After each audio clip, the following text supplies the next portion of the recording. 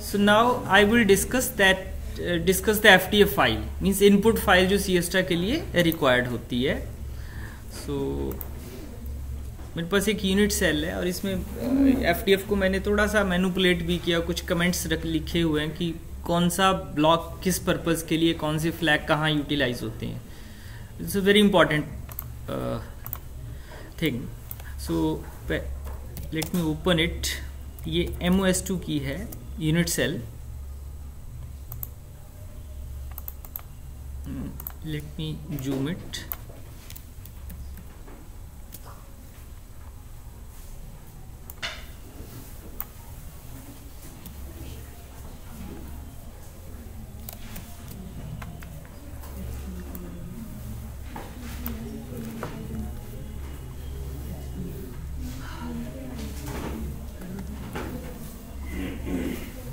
So, ये number of atoms, कितने आपके सिस्टम में नंबर ऑफ एटम्स हैं, देन कितने टाइप के एटम्स हम यूज़ करें, means it is the number of species.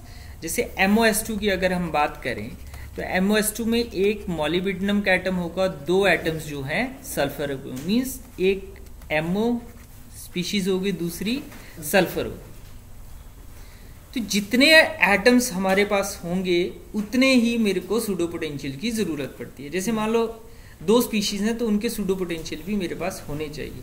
Pseudo potential आपको इंटरनेट पे भी मिल सकते हैं, बट अगर आप खुद सूडो पोटेंशियल बना लें that will be much better. उसके पीछे रीज़न क्या है? सूडो पोटेंशियल अगर हमारे अपने इंटरनेट पे आपको ज़्यादा से ज़्यादा non spin polarized pseudo potentials मिलते हैं, बट अगर आपने मान लो मैग्नेटिक प्रॉपर्टी स्टडी करनी है तो आपको रिलेटिविस्टिक या स्पिन ऑर्बिट कपलिंग को इंक्लूड करना है. ठीक है, then you require pseudo potentials which are relativistic. Relativistic pseudo potentials आपको खुद जनरेट करने पड़ेंगे, वो आपको इंटरनेट पे नहीं मिलेंगे. Various databases are available. मतलब सिएस्टा के कंटेक्स्ट में आपको रिलेटिविस्टिक सूडो पोटेंशियल खुद ही बनाने पड़ेंगे. And once we incorporate relativity into quantum mechanics तो हमारी बड़ी सारी प्रॉब्लम सॉर्ट आउट हो जाती है. इसका मैं छोटा सा एग्जांपल दे रहा हूँ कि सबसे पहले हम Schrodinger wave equation hydrogen atom के लिए सॉल्व करते हैं और उससे हम हाइड्रोजन एटम का स्पेक्ट्रम एक्सप्लेन कर लेते हैं, राइट. बट अगर हाई रिजोल्यूशन के साथ हाइड्रोजन के स्पेक्ट्रम को देखा जाए हाई रिजोल्यूशन स्पेक्ट्रोमीटर से, तो हमें वही जो लाइंस हमें दिखती हैं वो उन एक की जगह मुझे एक से ज़्यादा लाइंस दिखनी शुरू हो जाती हैं, जिसको हम फाइन स्ट्रक्चर बोलते हैं. तो फाइन स्ट्रक्चर को ग्रेजुएशन में जब एक्सप्लेन किया जाता है तो ये इसलिए किया जाता है क्योंकि पहले लोगों ने सिंपल क्वांटम मैकेनिक्स का यूज़ किया, तो वहाँ वो बोलते हैं कि हम स्पिन ऑर्बिट कपलिंग इंक्लूड कर रहे हैं कि उसकी वजह से स्प्लिटिंग हो रही है. बट जैसे हम डार्क फॉर्मुलेशन में जाते हैं क्वांटम मैकेनिक्स की और उससे जब श्रोडिंगर वेव इक्वेशन को सॉल्व करते हैं मीन्स रिलेटिविस्टिकली, तो वहाँ से ऑटोमेटिकली जो स्पेक्ट्रम हमारे पास आता है वो फाइन स्ट्रक्चर की तरह आता है, या फाइन स्ट्रक्चर कांस्टेंट हम वहाँ से कैलकुलेट कर सकते हैं. सो दैट मीन्स रिलेटिविटी एक ऐसी फॉर्मुलेशन है मेरे पास जहाँ पे मुझे अलग से स्पिन ऑर्बिट कपलिंग की बात नहीं करनी पड़ेगी, but spin orbit coupling automatically उसमें इनकॉर्पोरेट हो जाती है. तो इसलिए spin orbit coupling relativity play very important role. तो आपका जो सूडो पोटेंशियल है वो कैसा होना चाहिए? रिलेटिविस्टिक होना चाहिए. Once relativistic pseudo potential is there then automatically आपकी स्पिन और स्पिन ऑर्बिट कपलिंग इंक्लूड हो जाती है उसमें. तो मैग्नेटिक प्रॉपर्टीज जब भी हमने स्टडी करनी है तो या तो आपका सूडो पोटेंशियल स्पिन वाला होना चाहिए, स्पिन पोलराइज्ड, या फिर वो रिलेटिविस्टिक होना चाहिए, राइट. सो बेटर हम रिलेटिविस्टिक सूडो पोटेंशियल्स का यूज करें. It's a very important point. Then next is the lattice constant, और ये लैटिस पैरामीटर्स आ गए हमारे पास. ठीक है, देन ये एटॉमिक कोऑर्डिनेट्स आ जाते हैं.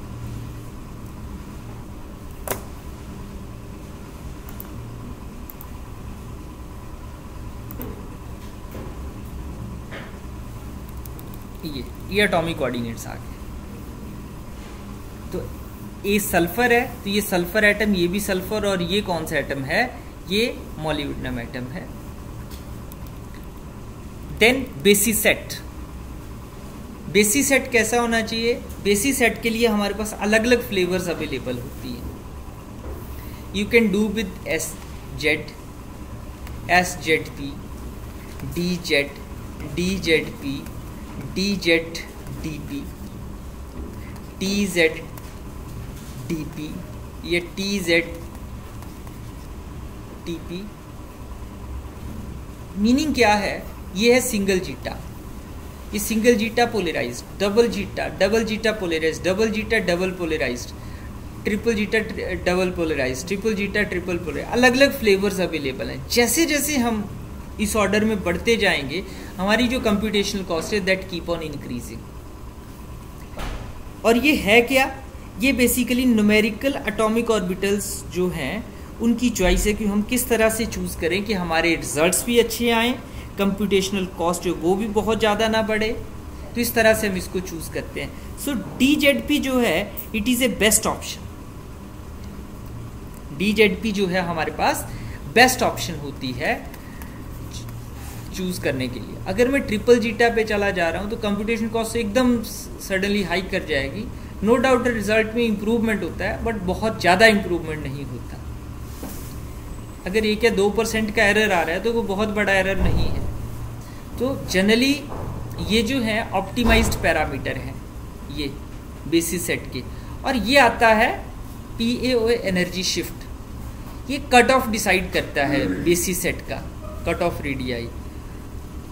तो इसको भी हम क्या करते हैं, means if you start with से सपोज करो आपने 150 मिली इलेक्ट्रॉन वोल्ट लिया, फिर आपने 140 लिया and so on, if you go up to 10 MeV, तो आप क्या देखोगे कि यहाँ पे शुरू में एनर्जी में फ्लक्चुएशंस आ रही थी, देन एनर्जी आपकी लोअर वैल्यू की ओर शिफ्ट कर जाती है, फ्लक्चुएशंस खत्म हो जाएंगी।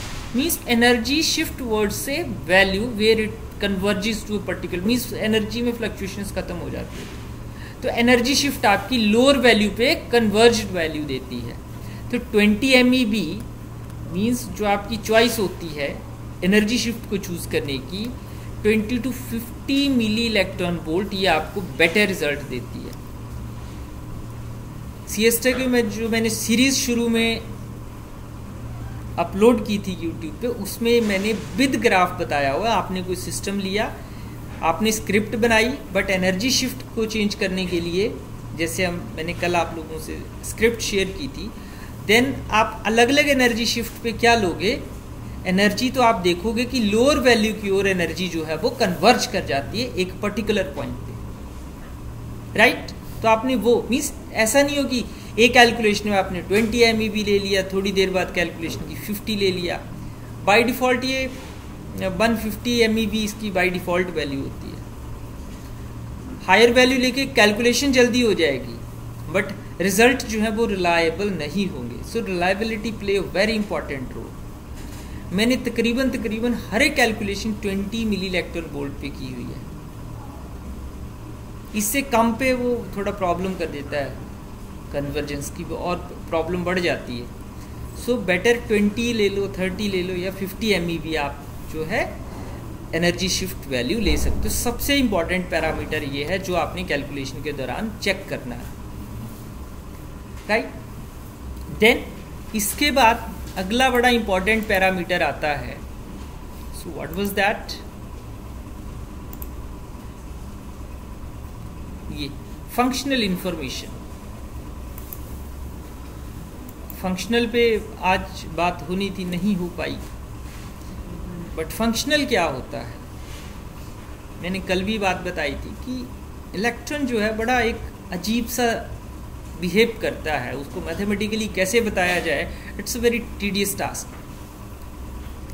जनरली इलेक्ट्रॉन क्या करता है, रिपेल करता है दूसरे इलेक्ट्रॉन, बट अगर दूसरा इलेक्ट्रॉन अपोजिट स्पिन के साथ बैठा हो तो वो एक दूसरे को अट्रैक्ट करना शुरू कर देते हैं। अब आप खुद से इमेजिन करो, अब इस तरह के बिहेवियर को मैथमेटिकली कैसे बताया जाए? मतलब मेरे पास कोई मैथमेटिकल फंक्शन है जो इस तरह से मेरे को बता सके। एंटी सिमेट्री तो बताई जा रही थी antisymmetry of wave functions Slater determinant की फॉर्म से हम बता सकते हैं, क्योंकि डिटर्मिनेंट की एक प्रॉपर्टी है, व्हाट वाज दैट, कि अगर किन्हीं दो रो या कॉलम्स को एक्सचेंज करें तो अपना साइन बदल देता है डिटर्मिनेंट। दैट मीन्स हम डिटर्मिनेंट की फॉर्म में वेव फंक्शन को लिख सकते हैं, मैन इलेक्ट्रॉन वेव फंक्शन को। बट ये जो बिहेवियर जो मैंने अभी बताया, वो कभी अट्रैक्शन फील कर रहा है, कभी रिपल्शन फील कर रहा है। Is there any mathematical function to describe such a behaviour? और जहां एक की बात नहीं हो रही है, दो इलेक्ट्रॉन की बात नहीं हो रही है, we are having a large number of electrons, उसको कैसे टैकल करना है, उसके लिए लोगों ने अलग अलग अप्रॉक्सीमेशन दी। सबसे पहले लोगों ने लोकल डेंसिटी अप्रॉक्सीमेशन दी, जैसे फ्री इलेक्ट्रॉन गैस होती है उस तरह से। तो जो आपकी लोअर मेटल्स हैं, जैसे हाइड्रोजन हो गया, सोडियम हो गया, लिथियम हो गया, इसमें एलडीए अच्छे रिजल्ट्स दे देता है। बट अगर ट्रांजिशन मेटल्स की बात करें या सेमीकंडक्टर्स की बात करें तो एलडीए लोकल डेंसिटी अप्रॉक्सीमेशन हमें अच्छे रिजल्ट्स नहीं देता है, तो उसके लिए हमें जीजीए की ओर स्विच करना पड़ता है, मींस जनरलाइज्ड ग्रेडियंट अप्रॉक्सीमेशन। ठीक है, डेंसिटी तो है, energy is functional of density but not local density. So अब पहले तो हमने क्या बोला, that energy is a functional of what, energy is a, यही लिख देता हूं मैं, energy is a functional of electron density, square bracket से रिप्रेजेंट कर रहे हैं। बट जीजीए में हम क्या बोलते हैं, ये फंक्शनल इसकी भी है और डेल ऑफ एन आर भी है।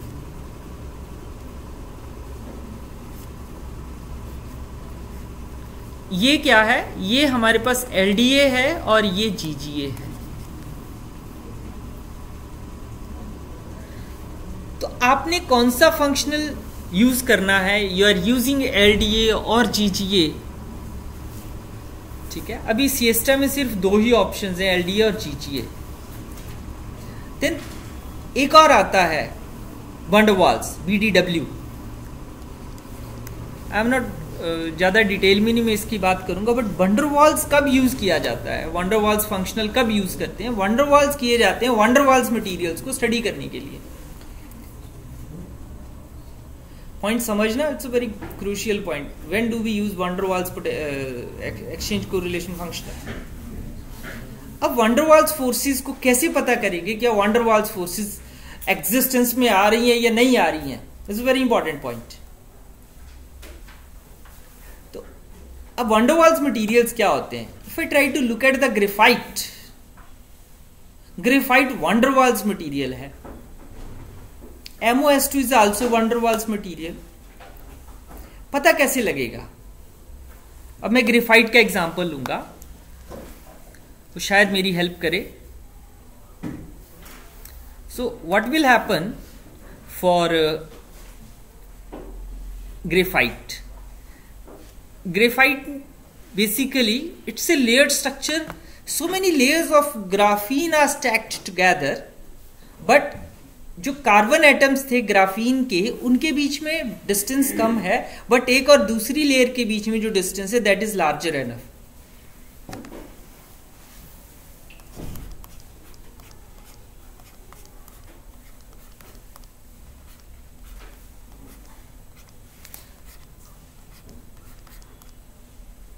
इस तरह से, और एक लेयर यहां जैसे होगी।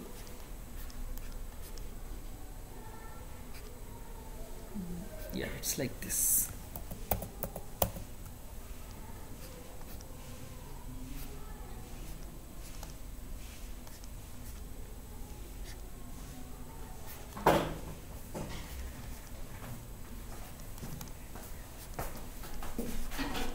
ये है। तो if I try to look at ये जो कार्बन एटम्स यहां पे, इनके बीच में डिस्टेंस कम होगी, means they are strongly held together. But if I try to look at ये, इनमें क्या होगा, they are little bit far away, sp2 hybridization है, बट और इनके बीच में डिस्टेंस जो वो रिलेटिवली ज्यादा है। तो जो इस तरह का जो मटेरियल्स होते हैं उनको लेयर्ड मटेरियल्स बोला जाता है। तो इन लेयर्स के बीच में कैसी फोर्सेस हैं? वंडर वाल्स फोर्सेस है। तो जब मुझे लेयर्ड मटेरियल्स के साथ डील करना है, या मोनो लेयर से जब मुझे बाई लेयर पे स्विच करना है, या ट्राई लेयर पे, या 4 लेयर्स की के मटेरियल्स मुझे जब डिजाइन करने हैं तो वहां पे वंडर वाल्स फोर्सेस का एक बड़ा इंपॉर्टेंट रोल रहता है।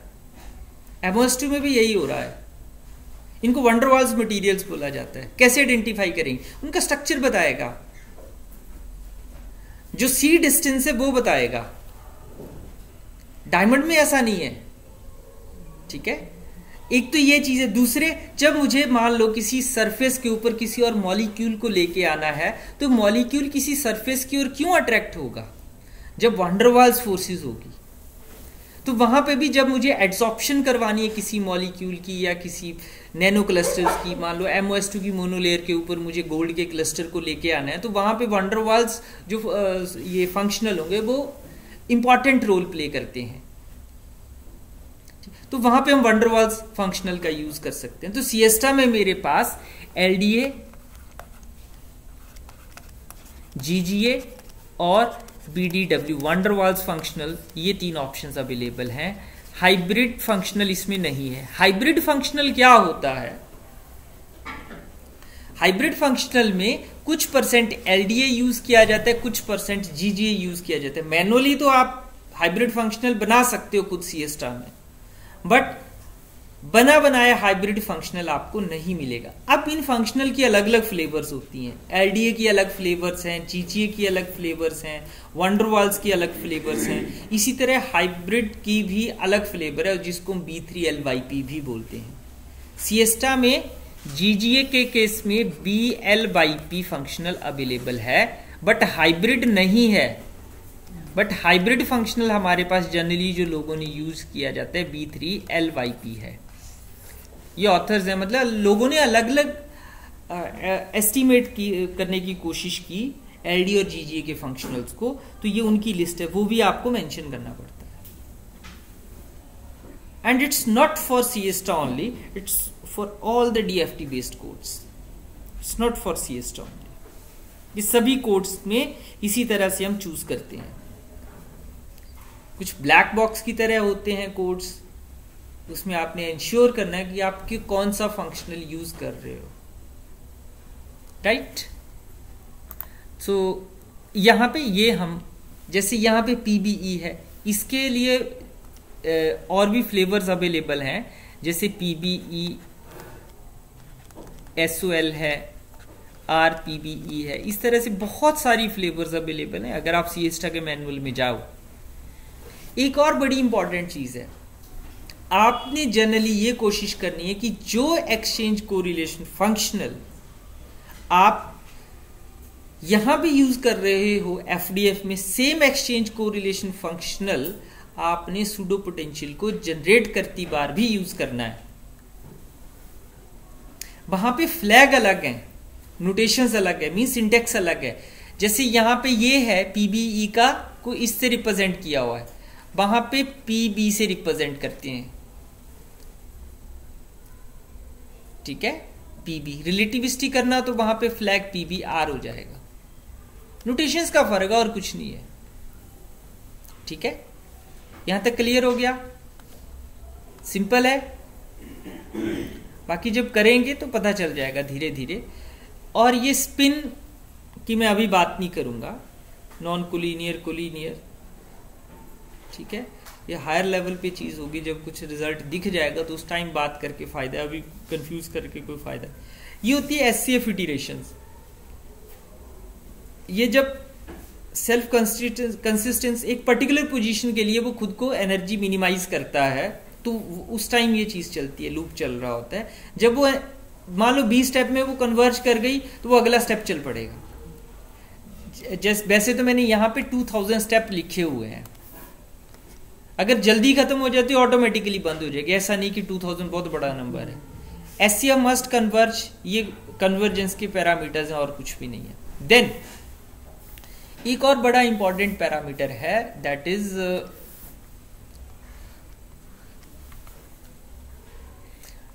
DM mixing weight. अब मिक्सिंग हो रही है, जैसे अभी डेंसिटी मैट्रिक्स आया, ठीक है, डेंसिटी मैट्रिक्स आ रहा था, कैलकुलेट हुआ, तो वो अगला जो नया डेंसिटी मैट्रिक्स आएगा तो वो उसमें मिक्सिंग कितनी होगी? बाय डिफॉल्ट वैल्यू 0.25 होती है, ठीक है। अगर 0.25 पे कन्वर्ज नहीं कर रहा है, मींस एचसीएफ इटरेशन अगर खत्म नहीं हो रही है, then you can switch it to the 0.10। अगर तब भी कन्वर्जेंस नहीं हो रही है, ये लीनियर कन्वर्जेंस होती है, बट अगर तब भी नहीं हो रही, आप 0.05 कर सकते हो, 0.01 कर सकते हो, इससे कम नहीं लेनी है। इसमें एचसीएफ स्टेप्स तो बहुत ज्यादा चलते हैं, बट कन्वर्ज होने के चांसेस बढ़ जाते हैं। बट बाय डिफॉल्ट 0.25 से ट्राई करो, 0.10 से प्रेफरेबल चॉइसेस ये रहती हैं। It was not written anywhere, ये एक्सपीरियंस से आता है जब 2-2, 3-3 दिन चल के कन्वर्जेंस नहीं होती है। एम आई राइट और रॉन्ग? किसी ने फेस की है प्रॉब्लम? बच्चों ने? किसने करी है? हमारे सॉफ्टवेयर में भी सेम। ये किसी और कोड से, कौन सा विन 2K है? विन 2K पे काम कर रहे हैं ये लोग, ठीक है। सिएस्टा वालों ने भी की है प्रॉब्लम फेस, कन्वर्जेंस नहीं हो रही है, कभी कभार होता है, कभी देखा? हाँ तो बोल दियो जरा कॉन्फिडेंस से। प्रॉब्लम ना बड़े हिम्मत से बतानी होती है कि हमने प्रॉब्लम फेस की। देन डी, हाँ कौन mixing weight, you should try करो 0.25 से। अगर कन्वर्जेंस जल्दी हो जाती है वेल एंड गुड, अगर नहीं हो रही है, प्रॉब्लम आ रही है, तो 0.10 पे स्विच कर जाओ। फिर भी अगर प्रॉब्लम आ रही है 0.05, ये चेंज करना है, मीन्स चेंज कर सकते हो आप। 0.25 वैसे अगर ये काम कर जाए तो बड़ा अच्छा काम करता है और बड़ी जल्दी करता है, अगर ना करे तो फिर बिल्कुल नहीं करता। बेस्ट ये है कि जिससे रिजल्ट कन्वर्ज कर जाए, बेस्ट वही होता है जिससे काम चल जाए, ठीक है। तो ये एक्सपीरियंस आएगा, बट कोशिश करनी 0.10 वैसे सबसे बेस्ट है, मतलब बहुत फास्ट भी नहीं है, बहुत स्लो भी नहीं है। नंबर पुले, ये पुले फोर्सेस हैं, ये न्यूक्लियस के ऊपर लगती हैं। कई बार लोग इसके साथ भी प्ले कर देते हैं अगर कन्वर्जेंस ना हो, बट इनके साथ ज्यादा चिंता करने की जरूरत नहीं है। DMI तीन ही लेते हैं, कई बार 4 भी ले लेते हैं, बट 3 ठीक रहता है। मतलब कुछ वैल्यूज उसमें बाय डिफॉल्ट है, तो वो उसको रहने दें तो ज्यादा अच्छा है। हाँ, मैं वो पैरामीटर बता रहा हूँ जो समस्या खड़ी करते हैं। हाँ यस,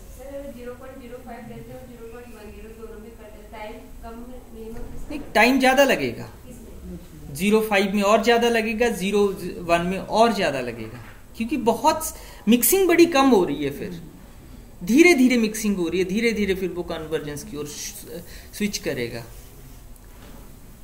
ठीक है। तो 0.10 बेस्ट है। मतलब मैं बच्चों को ये FDA फाइल देता हूँ कि इसमें चेंजेस कर लो।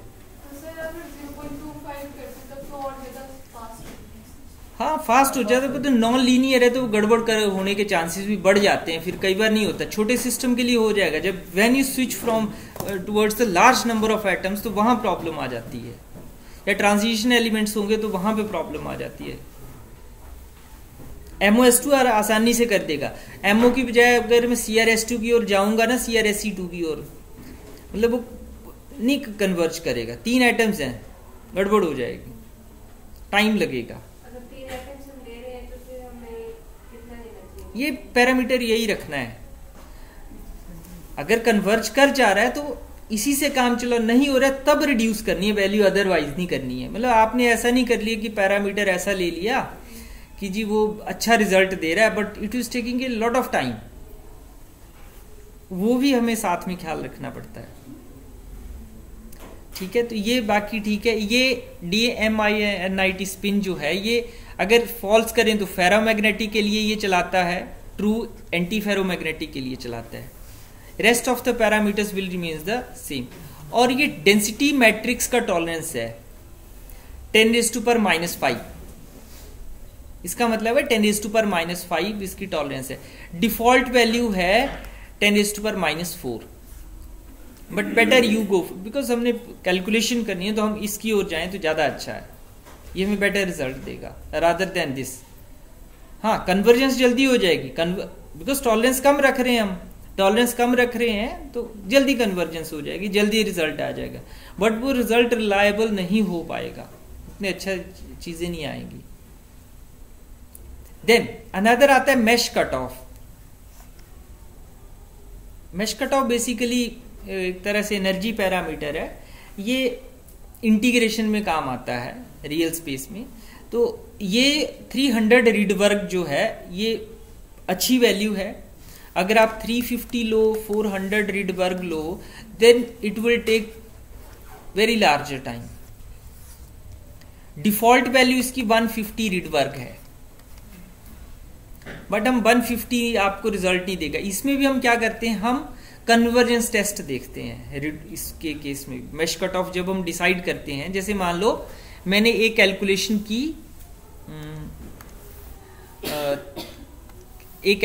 की, मान लो मैंने 50 रीड वर्ग से, दूसरी की मैंने 100 से, तीसरी की 150 से, दूसरी 200, 250, 300। तो शुरू में फ्लक्चुएशंस आती हैं इस तरह से, बाद में वो कन्वर्ज कर जाती।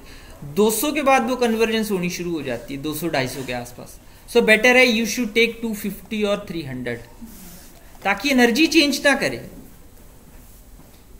क्योंकि अब अभी तो एनर्जी में शुरू में फ्लक्चुएशंस थी, अब वो वैल्यू ले लो जब एनर्जी फ्लक्चुएट कर रही थी, तो वो आपको रिलायबल रिजल्ट नहीं देगी। सिस्टम कुछ था, बन कुछ और गया। क्योंकि कंप्यूटर है, नंबर तो देगा, ग्राफ भी देगा, तुम खुश हो जाओगे। एक बार मैं भी हुआ खुश, मैग्नेटिज्म आया, डीए में पेपर भी गया, बाद में पता चला के पॉइंट्स गलत दे दिए थे। ठीक है, these things will happen, but reliability play very important role. पता भी था, पता नहीं कहां से क्या गलती हुई शुरू में, मतलब नहीं पता चलता कहां गलती हो रही है। सो ये क्लियर हो गया mesh cut off, they are very important points. Then कौन सा नंबर, टॉलरेंस -4 आती है इसकी वैल्यू, वैसे 3 होता है ये, इसको 3 रहने दो। ये पूरे फोर्सेस होती हैं, न्यूक्लियस के ऊपर लगती हैं, ये 3 कुछ पैरामीटर्स की वजह से फोर्सेस के ऊपर सेट होता है। ज़्यादा नहीं इसके बारे में मुझे आइडिया, मतलब पढ़ना पड़ेगा, रिकॉल करना पड़ेगा, ऐसे एकदम नहीं मैं बता सकता। देन आता है सॉल्यूशन मेथड, आप कौन सा यूज कर रहे हो, डायगोनलाइजेशन या ऑर्डर एन।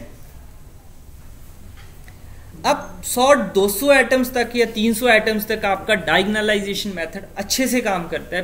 कुछ पुराने वर्जन थे वो 100 एटम तक अच्छे रिजल्ट देते थे, उसके बाद वो क्रैश हो जाता था, जो मैंने फील किया, जो मेरा एक्सपीरियंस था।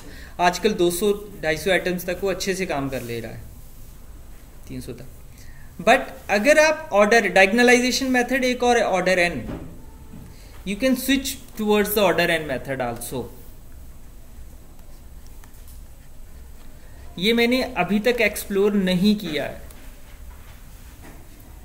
ऑर्डर एन किया जाता है जब आपके एटम्स 1000 से भी ऊपर हों, you can do that also, but explore करने की इसको जरूरत है। तो इसमें हम 1000 एटम्स भी ले सकते हैं, 10,000 एटम्स भी ले सकते हैं। ठीक है, और यहाँ पे ये इलेक्ट्रॉनिक टेम्परेचर है 300 केल्विन। रेस्ट बाकी पैरामीटर ठीक है, इसमें कुछ नहीं है, ये बाय डिफॉल्ट सारे सेट हैं। इसको आप चेंज कर सकते हो, अगर कन्वर्जेंस बड़ी प्रॉब्लम करे तो you can play with this parameter also. Electronic temperature, ये रूम टेम्परेचर नहीं है, इसको स्मीरिंग टेम्परेचर बोलते हैं। ये कन्वर्जेंस में हमारी हेल्प करता है। तो ये लोअर पे बेटर कन्वर्ज करेगा या हायर पे बेटर? ये 300 बाय डिफॉल्ट वैल्यू है। अगर कन्वर्जेंस ना हो तो इसको ट्यून कर सकते हैं, हम कम ज्यादा कर सकते हैं। हाँ, बट हायर वैल्यू पे ये जल्दी कन्वर्ज करता है। मतलब सिस्टम टू सिस्टम ये वेरी कर जाती है चीज, तो ये करना पड़ता है। अगर आप सीएसटा आर्काइव पे देखो तो वहां पे भी लोगों के क्वेश्चंस आए होते हैं, तो मतलब इट्स थ्रू एक्सपीरियंस पता चल जाता है। मतलब मेन चीज है कि आपका रिजल्ट कन्वर्ज करना चाहिए। देन डायगोनलाइजेशन पैरेलल ओवर के, ये भी बड़ा इंपॉर्टेंट पैरामीटर है।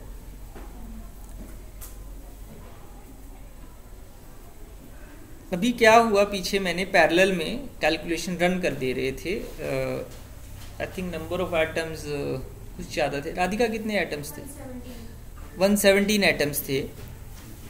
सिमुलेशन पैरेलल लगा रहे थे और पहली स्टेप तो हो जा रहा था, और उसके बाद क्या हो रहा था कि ये सेकंड स्टेप में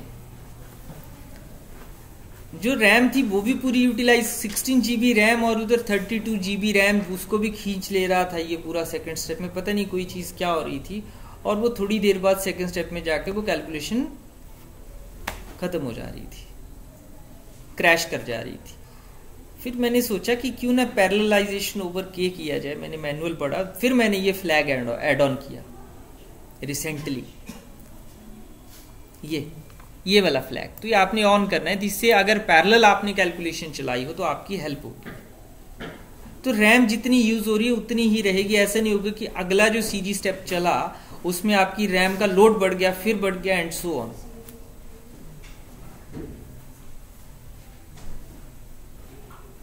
ये एंड देन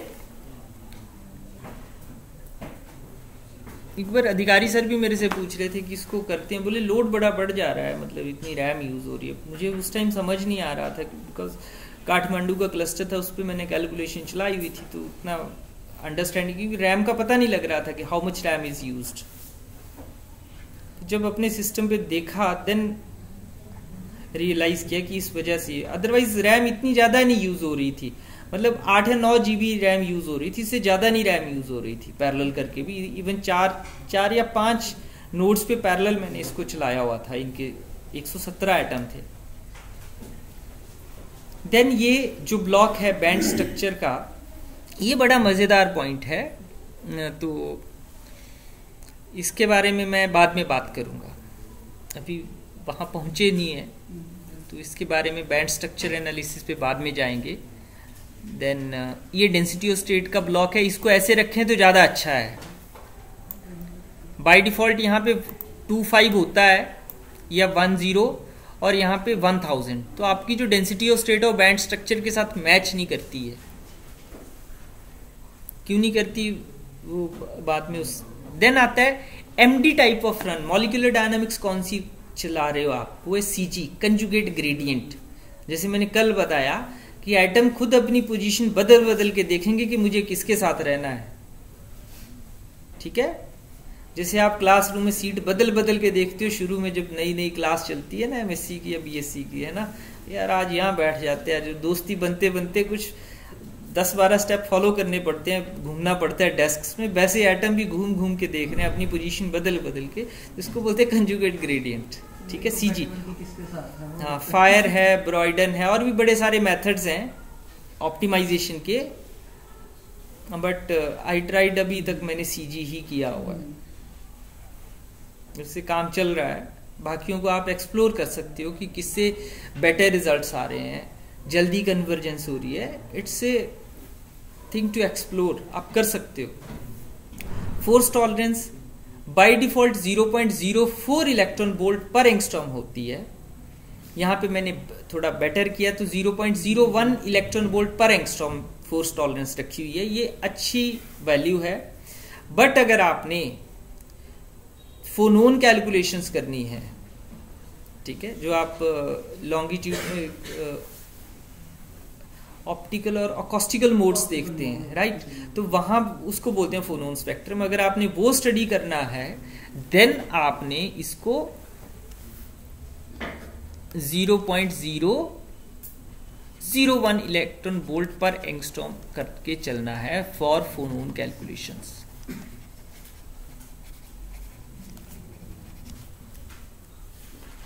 सीजी स्टेप 1000, मतलब जब मॉलिक्यूल्स वगैरह ऑप्टिमाइज करने होते हैं या एड्सॉर्प्शन देखनी है तो 1000 स्टेप सफिशिएंट होते हैं, आप 2 भी कर सकते हो।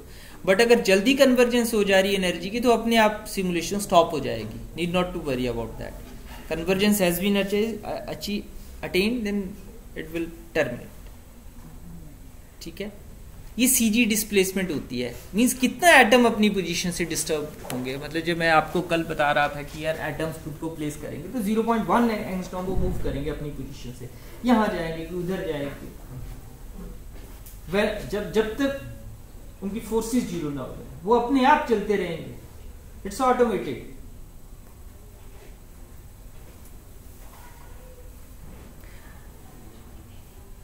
यूज सेव सीजी, ये बाकी डिफॉल्ट पैरामीटर्स है। एमडी वेरिएबल सेल ट्रू नहीं करना है कभी भी।